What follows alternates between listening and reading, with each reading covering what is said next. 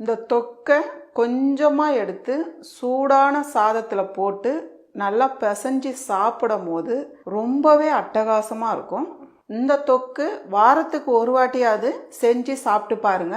முடிக்கு ரொம்ப ரொம்ப நல்லது, அதே போல் உடம்புக்கும் ரொம்ப ஆரோக்கியமானது.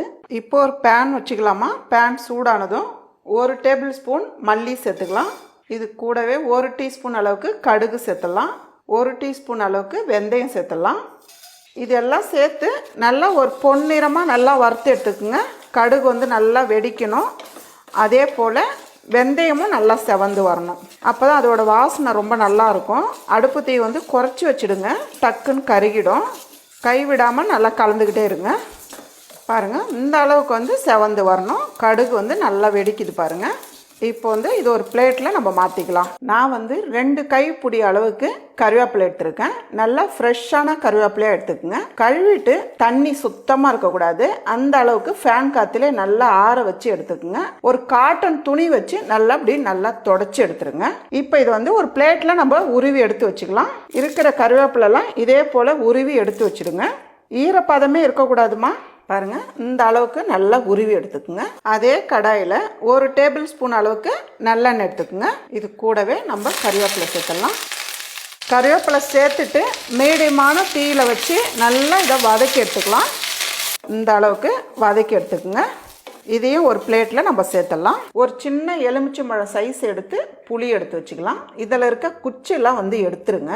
கொஞ்சமாக சுடுதண்ணி, சீக்கிரமாக ஊறிடும்.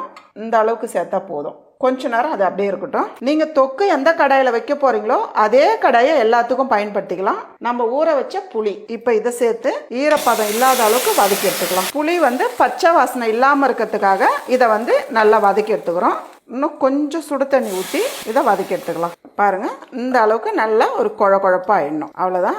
இதையும் எடுத்து ஒரு பிளேட்டில் வச்சிடலாம். இப்போ ஒரு மிக்ஸி ஜார் வச்சுக்கலாம். நம்ம வறுத்து வச்சிருக்க கடுகு, வெந்தயம், மல்லி நல்லா ஆறிடுச்சு, ஜாரில் சேர்த்துக்கலாம். ஃபர்ஸ்ட் இதை பொடி பண்ணி எடுத்துக்கலாம். இந்த அளவுக்கு பொடி பண்ணி எடுத்துக்கோங்க. இப்போ ஒரு மிக்ஸி ஜார் வச்சுக்கலாம். நம்ம வதக்கி வச்சிருக்க கருவேப்பிலை சேர்த்துடலாம். எல்லாத்தையும் ஒன்னா சேர்த்து அரைச்சோமா கடுகுலாம் வந்து மசியாது, அதனால தான் ஃபர்ஸ்ட் வந்து பொடி பண்ணிடணும். இது கூடவே நம்ம வதக்கி வச்ச புளி, வறுத்து பொடி பண்ணி வச்சிருக்க பொடி. ஃபர்ஸ்ட் இது வந்து ஒரு அரை அரைச்சி எடுத்து வந்துடலாம். தண்ணி சேர்க்க வேண்டாம். ஃபர்ஸ்ட் இந்த அளவுக்கு அரைச்சி எடுத்துக்கோங்க. இது கூடவே நம்ம 2 டேபிள் ஸ்பூன் அளவுக்கு மிளகாய் தூள் சேர்த்துக்கலாம். உங்களுக்கு வந்து காரம் எப்படி தேவைப்படுதோ நீங்க அதுக்கேற்ற மாதிரி நீங்க மிளகாய் தூள் சேர்த்துக்கலாம். இது கூடவே தேவையான அளவு உப்பு சேர்த்துடலாம். கொஞ்சமா வெல்லம், வெல்லம் இல்லைன்னா நீங்க நாட்டு சக்கரை எடுத்துக்கலாம். ஒரு 2ல இருந்து 3 வாரம் வரலாம் வச்சிருந்து சாப்பிட்றவங்களா இருந்தா தண்ணி சேர்க்காம இதுல வந்து நல்லெண்ணெய் ஒரு 2 டேபிள் ஸ்பூன் அளவுக்கு நல்லா சேர்த்து அரைச்சி எடுத்துக்குங்க.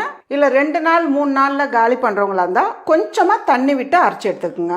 நல்லா அரைச்சி எடுத்துக்கலாம். ரொம்ப நைஸா இல்லாம ஓரளவுக்கு கொரகொரப்பா. பாருங்க, இந்த அளவுக்கு மசிஞ்சா போதும். இப்போ அதே கடாய் வச்சுக்கலாம். நம்ம வந்து புளி வதக்குனதுனால கரை பட்டிருக்கோம். அந்த கரை வந்து உடனே நீங்க கழுவுனீங்கன்னா சீக்கிரமா அழகா போயிடும். 3/4 கப் அளவுக்கு நல்லெண்ணெய் எடுத்துக்கலாம். இதுக்கு வந்து நல்லெண்ணெய் வந்து கொஞ்சம் அதிகமாக தேவைப்படுமா. எண்ணெய் சூடானதும் 1 டீஸ்பூன் அளவுக்கு கடலைப்பருப்பு, 1 டீஸ்பூன் அளவுக்கு உளுந்தம்பருப்பு. இப்போ இது ரெண்டும் சேர்த்துட்டு நல்லா செவந்து வந்துட்டோம். இது கூடவே 3 காஞ்ச மிளகாய் கட் பண்ணாமல் சேர்த்துக்குங்க, வாசனைக்காக தான். 1 டீஸ்பூன் அளவுக்கு கடுகு சேர்த்துடலாம். கூடவே 1/4 டீஸ்பூன் அளவுக்கு பெருங்காயம் சேர்த்துடலாம். கொஞ்சமாக கருவேப்பிலை. இப்போ நம்ம அரைச்சி வச்சிருக்க கருவேப்பிலை தொக்கு இதில் சேர்த்துடலாம். நல்லா கை வச்சு நல்லா வழிச்சு எடுத்து போட்டுக்குங்க. தொக்கு சேர்த்துட்டு நல்லா வந்து கலந்து விடுங்கம்மா. எவ்வளோ பார்க்கறதுக்கு சூப்பராக இருக்கு பாருங்க, நல்லா மணமாக இருக்கு. நம்ம சேர்த்துருக்க எண்ணெய் வந்து நல்லா திரிஞ்சு வரும். அது ஓரளவு வதக்கினாலே போதும். அடுப்பு தீ வந்து ஃபுல்லாக குறைச்சிடுங்க. பாருங்க, எவ்வளோ வழவழப்பாக இருக்குது பாருங்க. இதை போல் ரெடி பண்ணி நம்ம ஸ்டோர் பண்ணி வச்சுட்டோமா இது வந்து ஒரு 2 வாரத்துக்கு கூட நம்ம அப்படியே வச்சுக்கலாம். அவ்வளோதாம்மா, நல்ல ஒரு டேஸ்டான கருவேப்பிலை தொக்கு ரெடி. இதை போல் நீங்கள் வந்து ஒரு கண்ணாடி பாட்டிலில் நம்ம ஸ்டோர் பண்ணி வச்சுட்டோமா 2 வாரத்துலேருந்து 3 வாரம் வரலும் ஒன்றுமே ஆகாது, அப்படியே இருக்கும். நீங்கள் வந்து அதிகமாக செய்கிறவங்களா இருந்தால் கண்ணாடி பாட்டில் வந்து கொஞ்சம் பெருசாக எடுத்துக்கோங்க.